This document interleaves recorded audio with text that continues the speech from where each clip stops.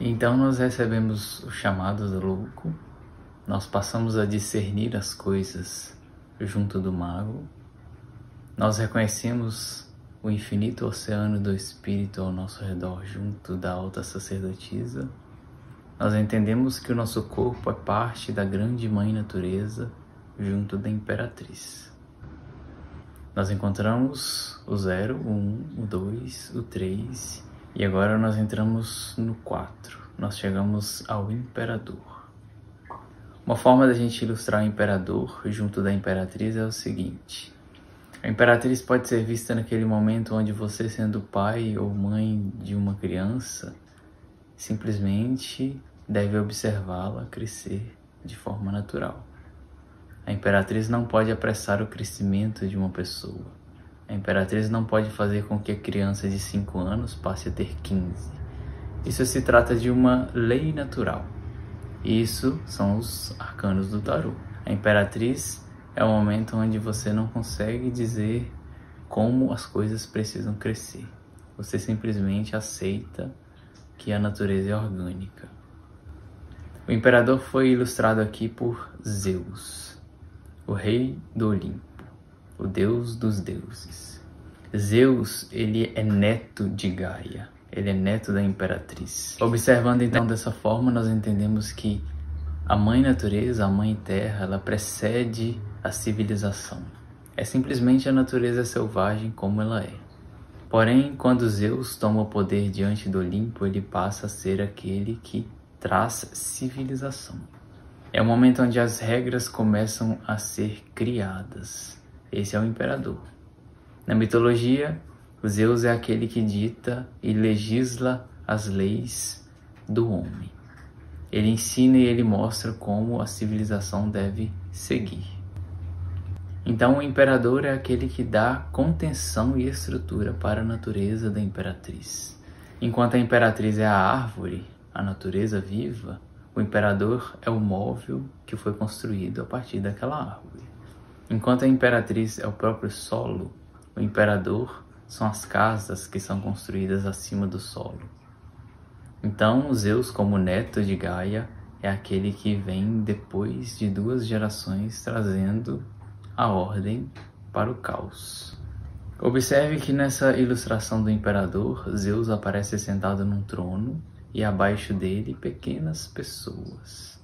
Como nós estamos lidando com os deuses, como nós estamos lidando com os arquétipos, nós estamos estudando eles para poder entender o que está no plano de fundo da nossa realidade. Esses são os deuses. Eles tomam forma e face de humanos a fim da nossa compreensão, mas eles não são pessoas. Então nós não somos o Imperador, nós não somos a Imperatriz, nós aprendemos com eles. E aqui Zeus ergue nas suas mãos o mundo. Esse mundo é o símbolo do nosso próprio mundo interno. Então, para poder a gente entender mais profundamente o Imperador, ele se manifesta de formas diferentes durante a nossa vida. Se o Imperador é aquele que vai trazer a estruturação, as regras, então inicialmente nós podemos experimentá-lo como as figuras paternas na nossa vida. Enquanto a Imperatriz será a representante das figuras maternas, aquela que cuida da nossa natureza, aquela que nos nutre, o Imperador será aquele que diz o não. O não é necessário para a contenção. O não é necessário para que nós não aceitemos tudo e todos. Por mais que durante a nossa jornada nós precisamos aceitar o outro com compaixão, a gente precisa se diferenciar do outro também. Senão toda a dor do outro é a sua dor, senão todo o sofrimento do outro é o seu sofrimento, e não precisa ser assim. Senão nós viveríamos num caos indiferenciado e o Imperador surge justamente para evitar que isso aconteça. Então, inicialmente, o Imperador aparece como essa figura externa, geralmente o pai, depois ele se estende para o sistema que a gente vive. Até que ponto você é dependente do sistema para sobreviver? Quando eu digo isso, eu não estou me referindo à necessidade que muitos temos de trabalhar dentro do sistema. de trabalhar dentro das empresas, por exemplo, e aceitar algumas regras. O que eu quero trazer é a maturidade que o imperador representa na nossa vida. Se inicialmente ele vai representar esse sistema que nos diz e que nos dita as regras, o nosso objetivo durante o nosso crescimento é entender as nossas próprias regras. Caso contrário, a gente acaba vivendo à mercê de um sistema que não está muito interessado no nosso crescimento, apenas na nossa mão de obra. E aqui nós vemos o lado negativo do imperador. Ele aparece como a figura que quer ditar as regras sobre outras pessoas. Todos nós temos a capacidade da escuta interna e da reconexão com o sagrado. Mas enquanto isso é depositado unicamente fora, o imperador pode aparecer como aquele que nos castra, como aquele que nos pune, como aquele que não nos dá o direito de sermos quem somos. O nosso objetivo é fazer com que esse mundo segurado pelo imperador seja regido por nós mesmos, mas não o mundo externo, o mundo interno. Quais são as aceitações que você tem na sua vida? Você consegue discernir? Você consegue dizer não quando é necessário? Você está honrando um chamado que você sente que deve ser seguido? Quando você faz isso, você começa a estruturar a si mesmo, e essa é a função do imperador. Então todos nós precisamos passar por essa etapa. Então o nosso objetivo é que nós consigamos nos estruturar. E à medida que essa estrutura é construída de acordo com o Pai que a gente encontra dentro de nós, com o Pai Divino, a gente consegue viver uma realidade sem essa dependência externa, que muitas vezes pode soar como injusto de acordo com o valor que nós sentimos ter. Então, se você reconhece na Imperatriz que você é uma terra fértil, que você tem a capacidade de gerar coisas boas para o mundo, se você não traz contenção e estrutura para isso, você fica refém do sistema ditando as regras de como uma pessoa tem que viver.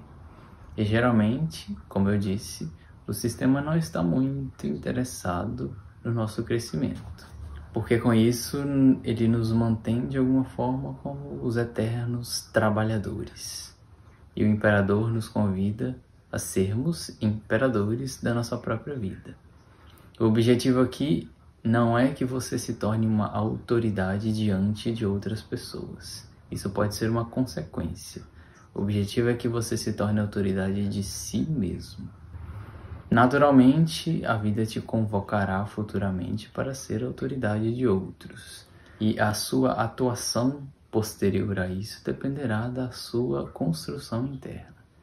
Muitos apenas reproduzem o eco das figuras paternas do sistema patriarcal e não necessariamente agem com uma ética verdadeira e sólida. Ela é mais desestruturante do que estruturante. Esse é o papel do imperador: construir estruturas, definir limites, delimitar o que é bom e o que não é bom para a nossa vida, e entender que a nossa construção, que segurar o nosso mundo nas mãos, deverá ser a partir de uma escuta interna e silenciosa, onde muitas vezes os outros imperadores mal construídos fora de nós podem frequentemente tentar ditar as regras da nossa própria vida. Não que nós não devamos ouvir nada e a ninguém, mas a nossa principal escuta é a escuta do nosso silêncio. Aqui no Imperador nós encontramos o número 4, o número representante da própria materialização. Assim como uma cruz tem 4 pontas, o Imperador pode ser visto também como a nossa própria cruz. Você tem a capacidade, o direito e principalmente o dever de carregar a sua própria cruz. Porém, ela não precisa ser necessariamente pesada se você sabe escutar e se você sabe honrar o que o Imperador maior quer que seja construído na sua vida. Porém, isso é mais uma das etapas que nós passamos na nossa vida. Antes de seguirmos em frente, numa jornada ainda mais profunda, nós precisamos encontrar o arcano seguinte.